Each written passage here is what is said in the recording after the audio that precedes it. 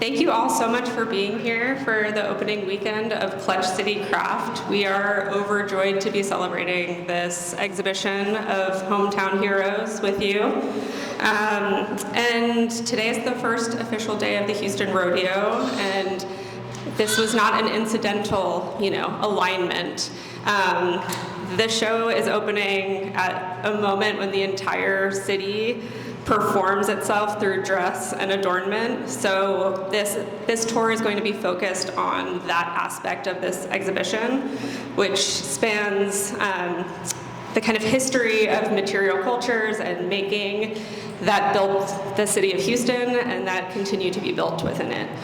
So it kind of goes from street and infrastructure through the boots and cars that ride on those streets and then into space.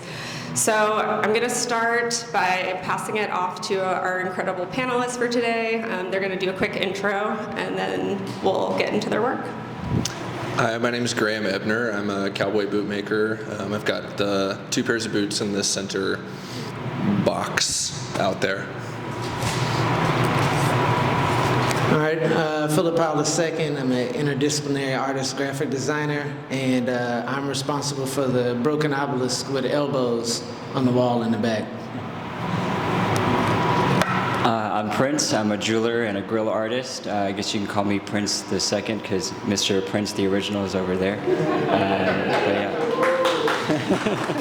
I've got some pieces out in the corner. You'll notice it right next to his work as well. Amazing. Okay, so in this gallery, we are starting with the very foundations of Houston, starting with bricks. Houston has clay-rich soil. All around those alluvial banks of the bayou were the first brick production centers. So local clay was gleaned from those spaces, double baked, and what you're seeing behind you here is the Houston Brick Archive. Many of those bricks were stamped, some were not, but those laid the first streets of Houston, and most notably laid the infrastructure of Freedmanstown, 4th Ward. All of those bricks were handmade, hand-fired, and then laid into decorative patterning that often referenced Yoruba aesthetic patterns. So what you can see here in Peretta Bradley's piece is a scale model of one of the historic structures in Freedmanstown that's still standing. She says it was the first Black postmaster's home, and she remembers this from her childhood. A lot of her work is kind of rebuilding Freedmanstown through memory and kind of rebuilding it through mapping, and not all of them are quite exact because she doesn't have all of those documents left. But what the Houston Brick Archive and Peretta's work shows is that there is craftsmanship. Brick making is a form of ceramic. It's a ceramic process, essentially, fusing and vitrifying silica together into a durable material. And this piece here by Norwood Viviano is also doing just that. This is vitrified silica material, aka glass. And this piece is from his Recasting Cities series. You can see the skyline of Houston. This is in about 2019. This LiDAR scan was taken, but it's rising out of an oil barrel. And this series is thinking about the ways American industry has transformed the infrastructure and mapping of cities. So you can see here in the vinyl, this is Houston in 1953. Kind of before the oil boom and all of those industries were really taking hold, and then you can see the massive density and scale that kind of happened after that. And then very excited to debut this incredible custom blue and white mosaic by the Blue Tile Preservation Project, led by Joey Sanchez and Jez. Incredible work. They are following historic porcelain recipes from the earliest durable street signage in Houston. In the 20s, most of the streets of Houston were not paved, and Mayor Holcomb, you might remember him from Holcomb Boulevard, he was also known as the construction czar. He ran his mayoral campaign on paving all of the streets of Houston, and this is I found a wonderful Houston Chronicle article about this. Most of the street signs at that time were hand-painted, and hooligans, young kids, were moving them around, so people kept getting lost, which also feels very Houston and like an artistic intervention in my book. And the city disciplined some of the schools by making them repaint the signage. But Holcomb's brilliant idea was to physically embed the wayfinding into the new sidewalks that were being paved. So what you're seeing behind me are two historic navigational signs. These were on curbs, and these were really effective when cars were slower. This isn't back in the day. You didn't need them to be up high. And they have really become this emblem of civic identity here. These are all hand-laid mosaics, hand-cut tiles. They are unglazed porcelain. And you can see this is the same street, but from two different times. You can see a little bit of the change in the pigmentation of the tile. They've been replaced over time, but they stopped being replaced when Houston won the bid for the Space Center to come to Houston, and they kind of had a massive rebranding effort to make it Space City, and this felt too crafty, I guess. But what is really exciting to me is that the Blue Tile Preservation Project and other folks have been keeping this tradition alive. All right, let's move from infrastructure into adornment and space.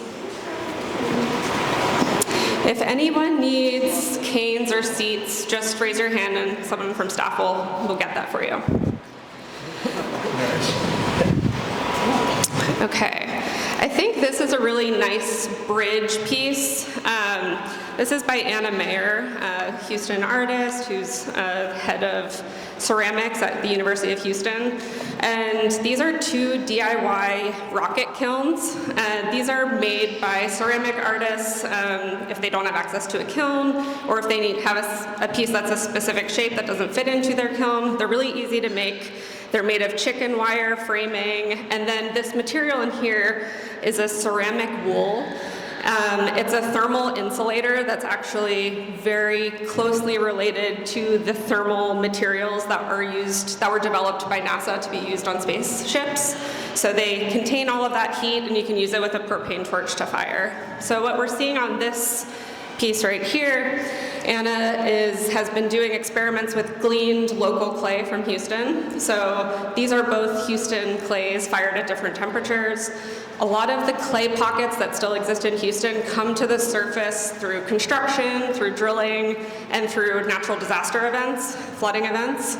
So she collects the clay that comes up after all of these events that are also very connected to Houston's identity. And here the mold, the shape that it's taking, is the first drill bit that was able to penetrate the soil in Houston and hit oil.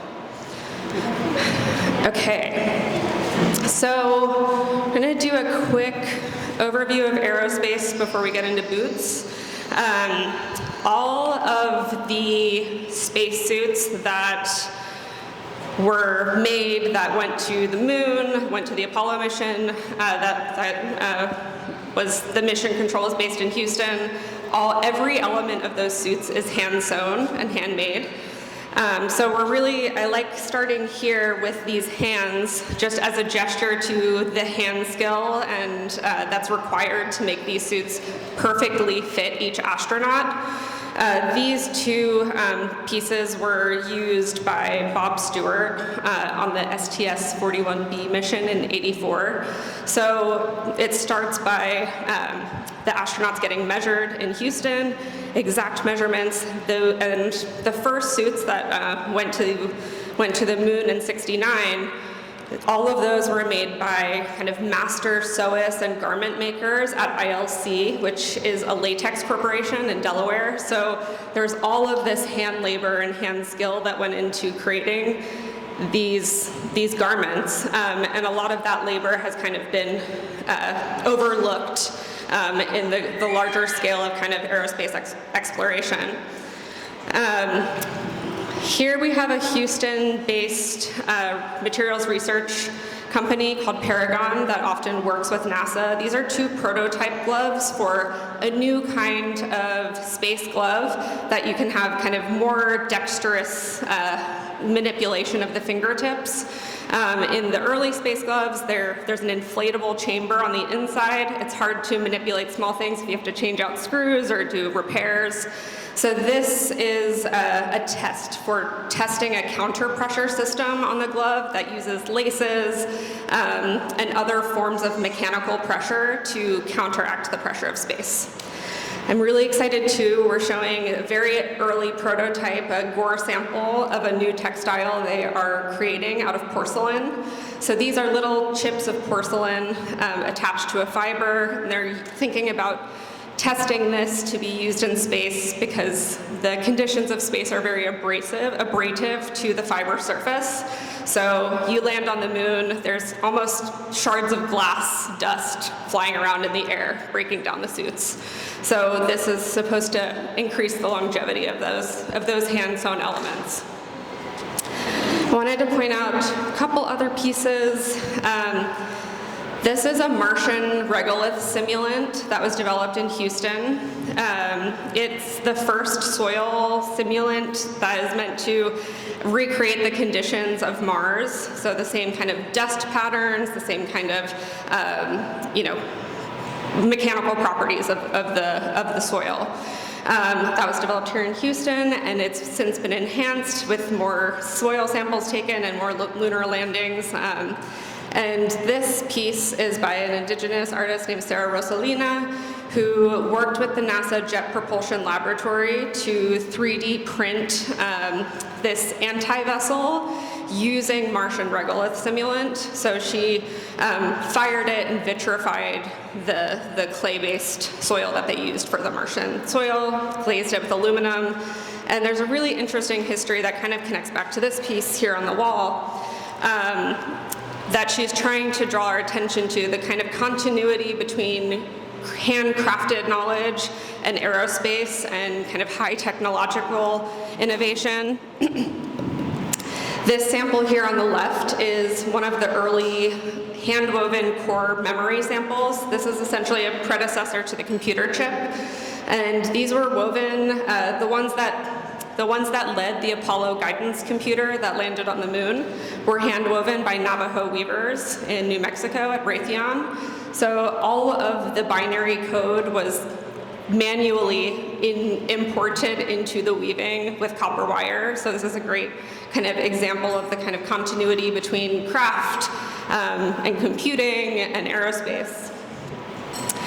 Here we have another hometown hero, Mary Welch, who is very involved with our Houston Hand Weavers Guild. She was commissioned by NASA to recreate the upholstery fabric that was used in historic Apollo mission control. They were redoing all of it for the 50th anniversary and a couple of years ago, and all of these this model of steel case chair, the upholstery was ripped. They had to resource some of them. And Mary, you can see these tests here, kind of methodically was trying to match the steel case samples that she was given. And you can see how many drafts, how many samples she had to go through until she finally got to one that matched it. Okay. Another really interesting moment that I'll just point out quickly, Tom Sachs here, who is an incredible artist whose work is really conceptually thinking about making an artistic studio into a laboratory or an international space station, and there's a lot of performance and play that goes into it. So you can see these are kind of traditional Japanese tea chawan. It's a tea drinking vessel bowl, but he's embedded in here the worm logo that's kind of come to be, so adored by NASA that they brought it back. It was developed, I think in mid-century, and then they kind of keep rebranding. Okay, here quickly, the connection between ceramics like the vessels that we use functionally and the ceramic elements that are aboard shuttles is also really interesting to draw out. So what you're seeing here are shuttle tiles that line the exterior of a spaceship. These are all from Space Center Houston's archive with NASA. And the way these are produced is fascinating. You can watch the video here and learn more about it, but they're essentially whipping silica-based fibers, which is the basis of ceramics, almost into like a cotton candy, extending those fibers really long and thin, getting a lot of air into it. So these are really, really light, but it can, when shuttles are coming back into Earth's orbit, it can get to temperatures of like 2,700 degrees. But these will still be cold. They fire these in like 3,000 degree kilns. They take it out, it's cold to the touch, so it protects all the hardware. They kind of upgraded this into quilted. These are hand-stitched quilts that have that ceramic batting from Anna's kilns in there between two sheets of fiberglass fiber. And so we have this really beautiful quilt, in my opinion, that was actually lining the exterior of the space shuttles. All right, so before we move into boots, we just have one great piece here that I wanted to point out for all of our Houston heads here. This is a scale model by Campbell Smith. Campbell is from Philadelphia, and he is an autistic artist who doesn't use any measuring tools or scaling tools and recreates full-scale models of American cities. So this was his scale model of the Astrodome, which was the eighth man-made wonder of the world. First fully enclosed domed ceiling, another kind of gesture to the incredible kind of material innovation that has come out of Houston. And we have paired with it this very special sample loaned from the Science History Institute, also in Philadelphia, both of these objects. And this is the first AstroTurf sample that Monsanto created after it debuted in the Astrodome. So AstroTurf is essentially extruded nylon fibers. It's a textile material, and it's actually would not have been invented without the petrocultural research and innovation here. So it's a petro-material, plastic material, and when they first invented it, it was called chemgrass. After the Astrodome was premiered, there was too much glare coming in from the light into the players' eyes, so they coated all of the lucite panels on the ceiling, and all of the grass on the turf on the field died. So in a panic, they started reaching out to folks about other options. They debuted chemgrass in the Astrodome. It was the first widespread usage of it. You can see here in these photos of them laying it. And then the first game where they announced Monsanto's chemgrass debut. And then because of the success of it, they rebranded it as AstroTurf. And, Houston Astros, astronauts. So now, moving back to infrastructure and the objects that we kind of adorn ourselves with and move ourselves across those streets with, we're going to start with boots. So I'd love for you, Graham, to take it away. Oh, you got it. I got one. Hi, my name's Graham. I'm a cowboy boot maker. The two pairs in the center case are mine right there. Actually just finished the black pair on Tuesday in a rush so that I could get them here and be on display for a little while.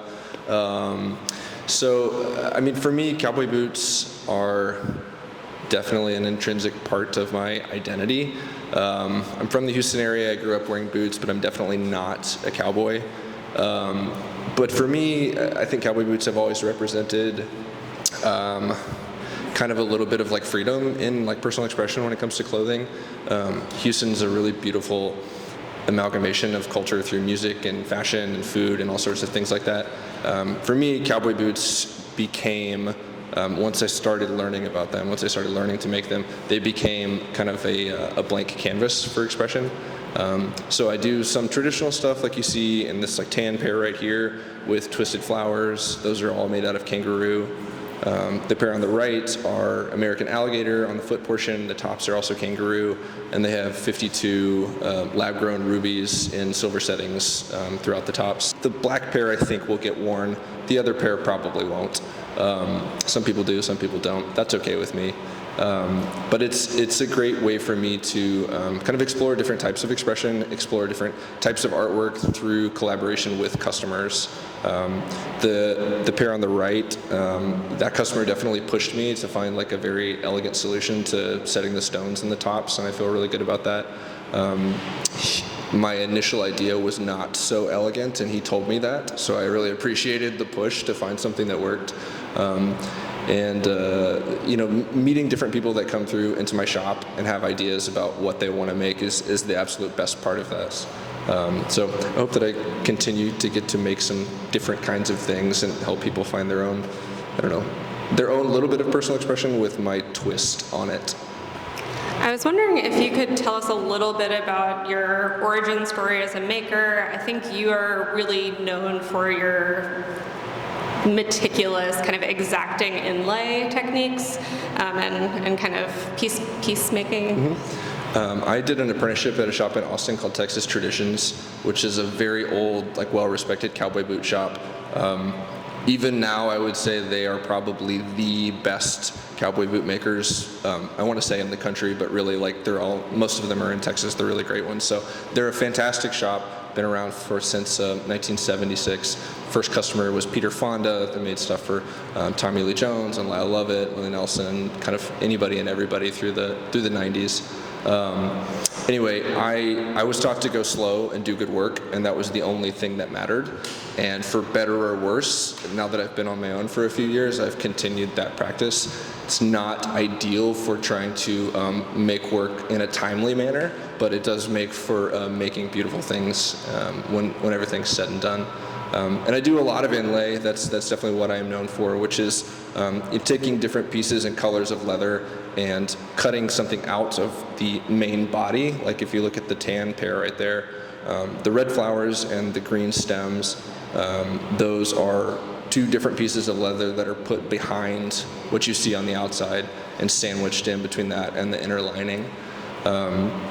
So it takes a lot of time to make that look good and to really focus on all the little details, but those are the things that really are most important to me. I'm not sure that my customers or people that see the boots always pick up on that, but at the end of the day, like I like to think that I make every pair for myself, and I'm my own harshest critic, so I am trying to make something that, like, when I finish it and I pull the lasts, which is like the form that's shaped like the foot, when I pull that out and the boots are finished, I can look at it and like show it off to somebody and feel good about every teeny tiny little stitch. I know every little mistake that happened along the way too. I just don't like to tell people about those, especially when the customers are around. But yeah, I'm very proud of both of these. I'm very grateful for the education that I had, because I wouldn't be able to do work at this level and continue to improve without that education. And who taught you to sew? Oh, yeah. The real origin story for all of this is my grandmother. Her name's Faye, and she's a quilter.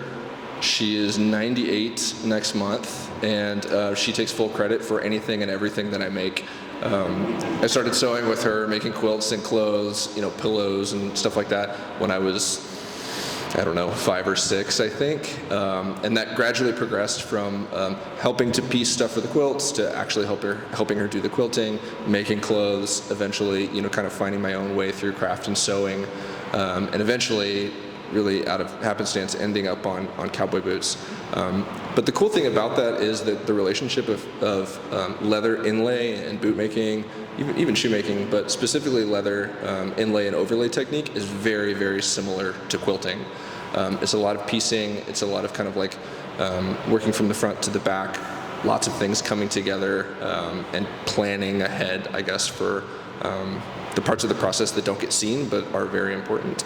So she was very excited. She couldn't make it to the opening last night, but she was very excited that these were going to get to be shown. And she tells all of her friends that she is the reason for all of it, which is true, obviously. Thank you, Graham. So Graham is, came from an apprenticeship model of boot making that is also kind of embodied by this work here by Rocky Carroll, the late Rocky Carroll, who passed away in about 2017. And another Houston-based artist. He made custom boots for 7 U.S. sitting presidents. He made boots for Elvis Presley and Elizabeth Taylor. I think he made the most expensive pair of boots for Elizabeth Taylor. I think I read that. And he developed a really close relationship with George W. Bush when he was governor, and then that continued when he was president. Bush actually officiated Rocky's wedding, which is a great story, but these 2 boots are from when he was governor. Rocky's signature was putting the Texas, putting the silhouette of Texas on the front of the boot, and then you can see the kind of custom inlay with his initials, and then you can see it says governor on both of these, and he made different ones when he became president. Over here, we have 2 pieces from Republic Boot Company, which is a bit of a different structure. I don't know, Graham, if you want to talk a little bit about the kind of difference between kind of individual kind of apprenticeship models. You make how many boots a year, would you say? I wish I could say that I made a dozen. That's usually what I tell people, but historically I've made about 7 pairs per year. Yeah, and they take anywhere from like 150 to 250 hours. Yeah, there's a lot of time, unfortunately, that goes unaccounted for, so I like to say somewhere in the range of like 150 to 250. A lot of that is like design time or, time spent figuring things out, not actually sitting down and sewing. That's typically about 160 hours. Yeah. So Republic Boot Company is a little bit of a different model. It was founded by a 5th generation Houstonian. It's still located, the shop is located in the Heights. You should go visit their shop, it's great. And these are 2 custom pieces, but they're in a little bit more of like a small production factory model. And they hire master artisans, master boot makers, and then they do more of like production line, less custom boots. But these 2 are custom. The ones on the left were commissioned by NASA to commemorate the 50th anniversary of the Apollo mission, and they traveled nationwide with the astronauts on a year-long tour. And then the piece on the right are prototype boots, the first prototype of the Texan cheerleader boots.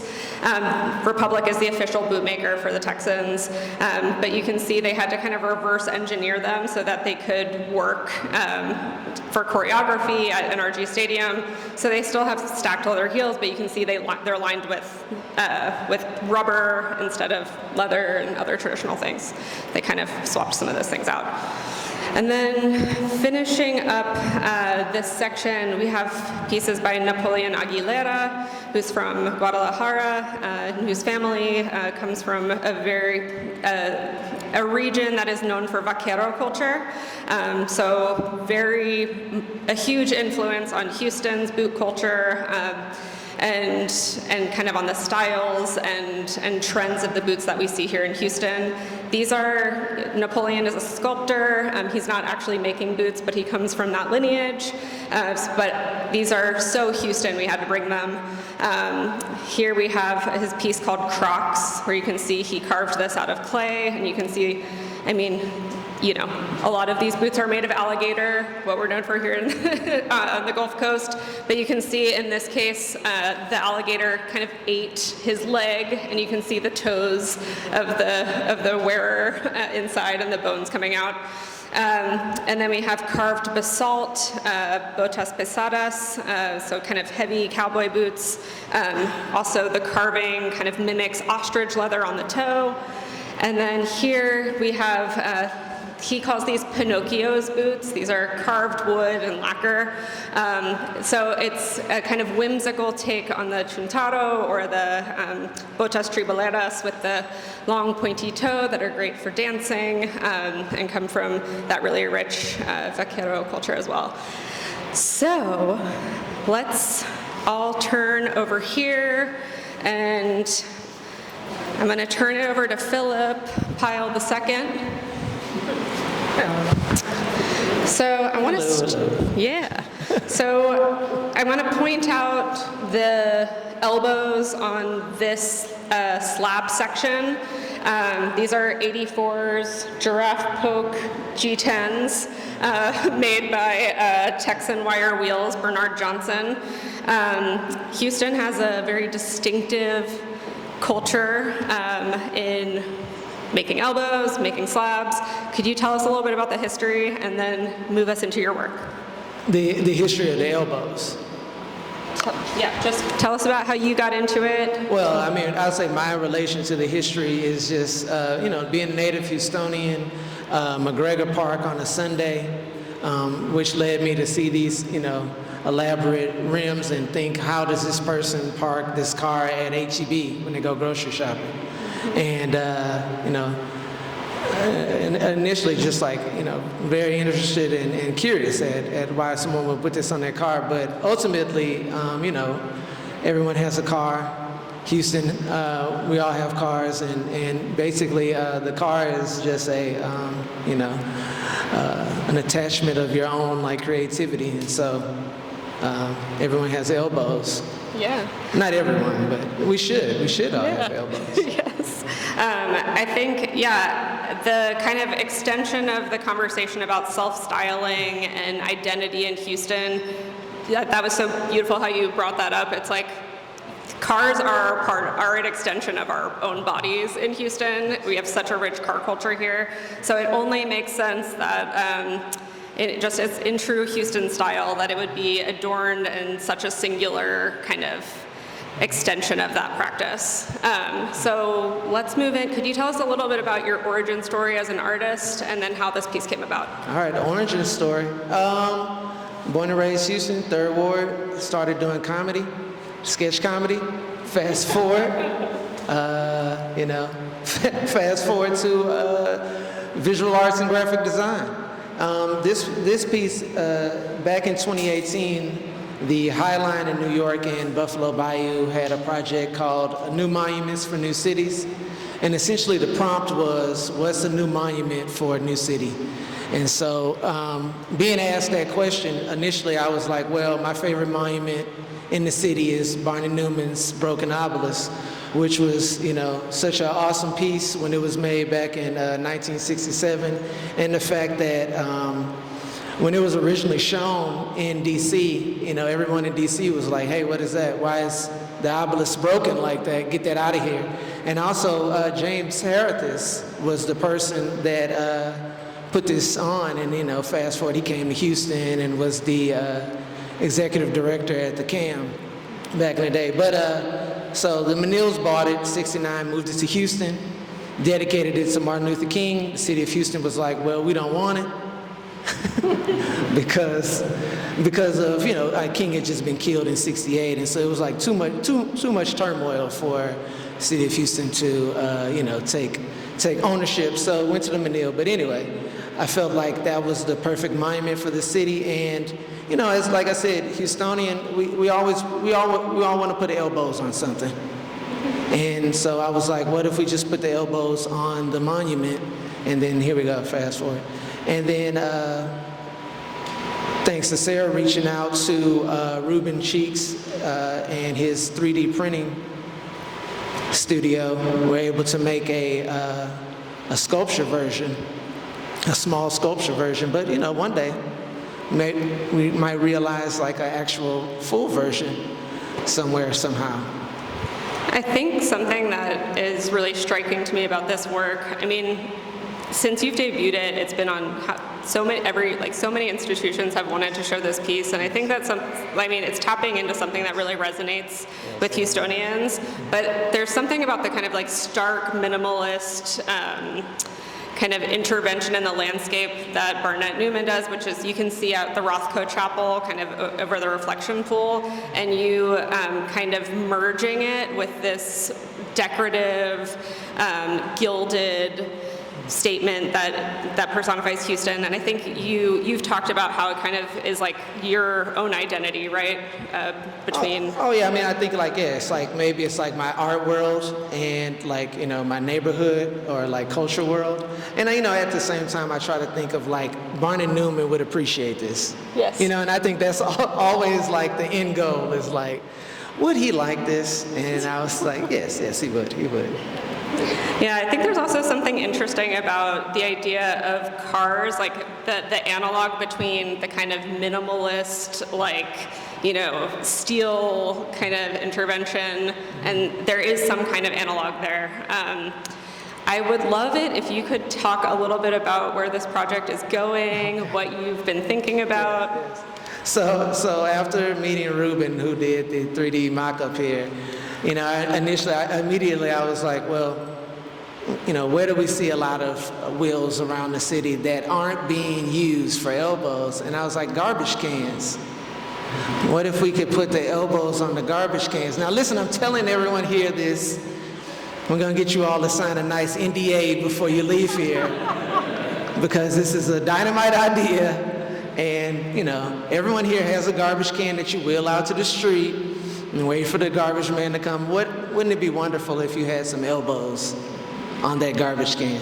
I mean, it would smell awful. It smelled awful, but it would look nice. You know what I'm saying? All right. I think you're right. I loved it, and you made like a kind of conceptual video model of it that I can't stop thinking about because it's so brilliant, and it's just.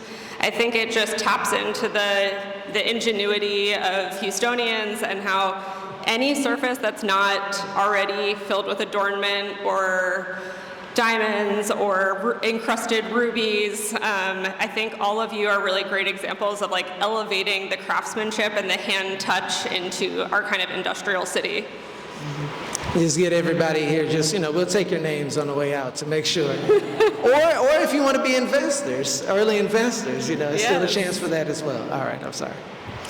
Okay, so let's move over here. We have another kind of great, I think this is a really nice connection here between these two pieces. This is the platinum record that was issued by Swisha House Records, a Houston label that was really important, kind of synonymous with chop and screwed music.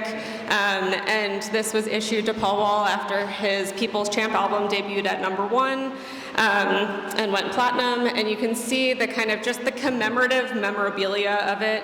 You can see the elbows, you can see the slabs, you can see the kind of encrusted diamond jewelry, and then importantly, you can see the Grillz. Paul Wall and Johnny Dang have been collaborators since the 90s, making Grillz kind of a really global phenomenon, a really global conversation, and have initiated kind of grill culture being adopted by other big cities and big jewelers. And I think it's a great segue into your work, Prince. Could you tell us about your work and your origin story as an artist? Sure. Thank you so much. Can you guys hear me? Okay, cool, perfect. I think this is the origin story right in front of us right here, actually. So this story starts before I was even born.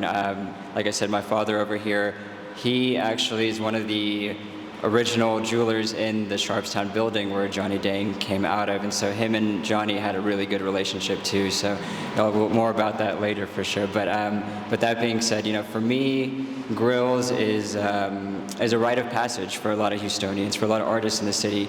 And you know, there's a lot of, like when I first started making Grillz, there were a lot of people that were just like, you know, just coming out of jail, and they wanted to go see their grandmother, and they wanted a fresh set of teeth. And then it turned into meeting with artists and them giving me crazy ideas and those kinds of things. But as far as the work itself, I can only really make what, you know, just like with Graham, you know, what somebody's going to be able to wear or they're going to enjoy. But now it's become more of a trust thing. People want my vision, want my ideas because I have the experience and those kinds of things. But to speak on the pieces in particular, this first one right here was one that I made 3 years ago. always draw it in my notebook, and I was always trying to convince somebody else to get it. I'm like, look at this is really cool, you can make this. And no one ever wanted it. So I was like, you know what, screw it, I'll make it for myself. And so this one is actually fitted to my teeth. I never wear it, but I really just wanted to see it in my hands, you know? The one on the far right, if you come up close later on, you'll see a bunch of engravings on it. I had made this one, and particularly for a display for Screw Day, June 27th. You know, I think that ties really nicely into this Paul Wall record as well, where each one of the teeth is engraved in representation of DJ Screw. There's a tape, there's a double cup, there's the Houston, there's the Astros logo, Texas, all that kind of stuff. But this one in particular, I think, is the most interesting one in the showcase. And this is a culmination of like years of me just doing the work and trusting my initial vision. When Sarah asked me to be a part of this gallery, I immediately thought, okay, NASA, Lunar New Year, these kinds of things, all these things are falling into line at one point. So it only made sense for me to go with my first idea. And I imagine my buddy Josh, he's another artist here in Houston, he's got the biggest teeth I know. I was like, I need the biggest possible teeth I can find so that this can live properly in a showcase. So, that's another real like integral part to this piece, is not just the teeth itself, but whose teeth they are. I think that's really important as well. And so for me, this is almost a form of journalism as well. Like a lot of other jewelers, they'll show their process on how they make things on their Instagrams or their pages. But for me, it's more about the people that wear them and the stories that they tell, right? Oh, there we go. So that being said, each grill has to be unique. It has to fit that person's teeth, and some people have really small teeth and really big ideas, and so we have to figure out how to make that work. And so it's definitely part of the process of the custom. And so I don't know. Do you have any other questions? Yeah, could you talk a little bit about the lineage of goldsmithing and gem setting that you came from, and how you learned some of these kind of techniques? And yeah, sure. Actually, I think between my parents, my mom is more so the artist for sure. But it was really important for me to learn the business aspect of this as well, because materials are expensive and those kinds of things. And as far as for me, I mostly just do the 3D designing, the sketch artist work. I'm not good at casting. I'm not really good at setting stones either. But as far as the lineage goes, we've been in that building, that Sharpstown building, for over 30 years now. And so for me to have the relationships that my parents built, the casters and everybody trusting me with my vision and giving me a chance to just make whatever. When I first joined the business, it was actually, I was working in accounting, and I was in Austin, and then when the pandemic hit, I moved back to Houston. And people were getting stimulus checks. They were at the jewelry store. They were spending money. And so my parents needed a little bit of extra help around the store. And I was like, I could do this. This is actually pretty cool. But I was like, but I'm an artist, so how do I make this my own? And so I think after about 6 months into the business, I was like, I want to learn how to 3D design. I want to learn CAD. I want to learn all these things. And so that's where my journey really started as a grill artist. And so maybe about a year into that, I would show up to local events, support artists, come to galleries, and meet people. And people always ask me, do you make grills? Do you make grills? I'm like, no, it's way too complicated. I'm not even going to touch that. But eventually the right people asked me, and I was like, I can't let that opportunity go. And before I knew it, it was like the ball started rolling. And I got to meet you. I got to meet some of the people that are mutual friends that really support my work and really ask me to do crazy things, so that the crazier the idea, the more I love it. And because it pushes me to figure out how to wrap my head around this, plus how to make that fit to your teeth. And so typically what people don't even know I make other jewelry, and so they'll make a grill with me, and then they're locked in. This is a really intimate process. I really have to be all up in your face, and we have to sit and talk about something you really are going to enjoy wearing, because it's your smile, and it's like it's the way you present yourself to the world. And so it's really an honor when somebody books an appointment with me, or comes into the shop and wants me to adorn their smile, the representation of what makes them happy. So as far as the origin story, it started with my parents, but it's still going. I feel like I'm still a part of my origin story. I learn something every day, and with every artist I come across, it's a new challenge. So it's definitely fresh every day. And so this is the jewelry building in Sharpstown, and it's Houston's diamond district, essentially. It's where you go to get raw materials, gems, and then there's these incredibly skilled jewelers on every floor. And so Prince Jewelers is your shop, your parent shop, and could you talk a little bit about the process of fitting these and how the technical for the craft center? Yeah, definitely. And if you don't mind, I'll touch briefly on Sharpstown itself as a building. So for me, people are always like, do you feel safe in there? And I'm like, I feel so safe in there. And it's because, like, everybody knows me, from the other jewelers to the security people. It's very much like a campus. It's very much like a family. You treat people well, they'll treat you well back. And then for me, it's also special to bring people into that building. Probably 60% of my clients have never been in Sharpstown, or they've never heard of it. So it gives me an opportunity to tell them a little bit of the history of the actual place and why it's so significant. So for me, it's also, there's some aspect of it where I want to be able to bring new life into the building and give it that perspective and give it that I don't know, the love it deserves, and bring people in. And so I don't see myself ever leaving that building. We've been there for 32 years. Maybe we'll be there for another 32. So we'll see. But as far as the process of the pieces, obviously first thing is we have to agree on a design. Sometimes that's so easy, and sometimes people spend an hour and a half, 2 hours with me just trying to figure something out. But that's probably the hardest part. Making them is actually very easy. I'm not gonna lie. Especially this one in the front. It looks complicated, but with 3D technology, 3D printing, those kinds of things, it's pretty simple. So first step is obviously taking somebody's dental impression. If I have to make it in a 3D CAD, then we scan it and we get a 3D CAD of the teeth on my computer. Then we start designing around that. And so once that's done, we 3D print it.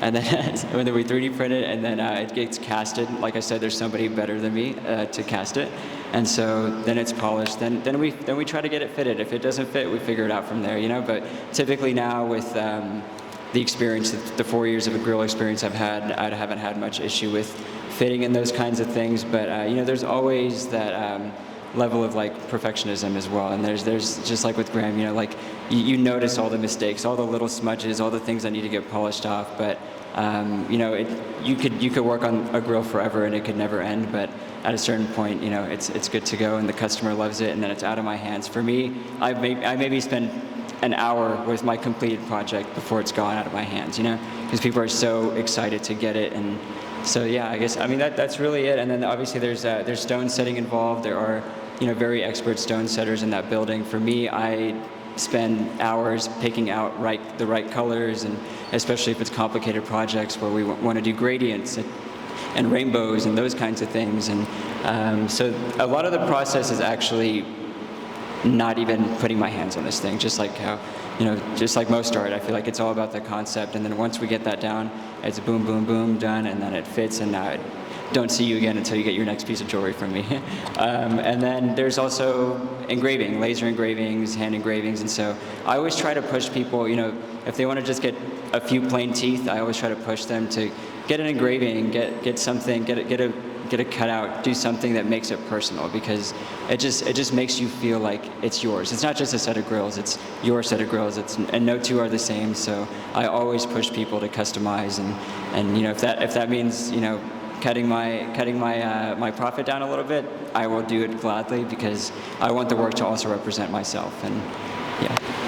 Thank you. I think the kind of specificity of not only working in a family-run shop, apprenticing, learning the skills from the people in the building, but then having this really kind of specific relationship with each client where you're kind of drawing it out of them. That's kind of, it's an art in and of itself to be able to really pull out what people want. And I think the piece that you made for this show, the lunar surface is etched into the grills. You should come take a closer look. This case you need to really come spend some time with, so come closer.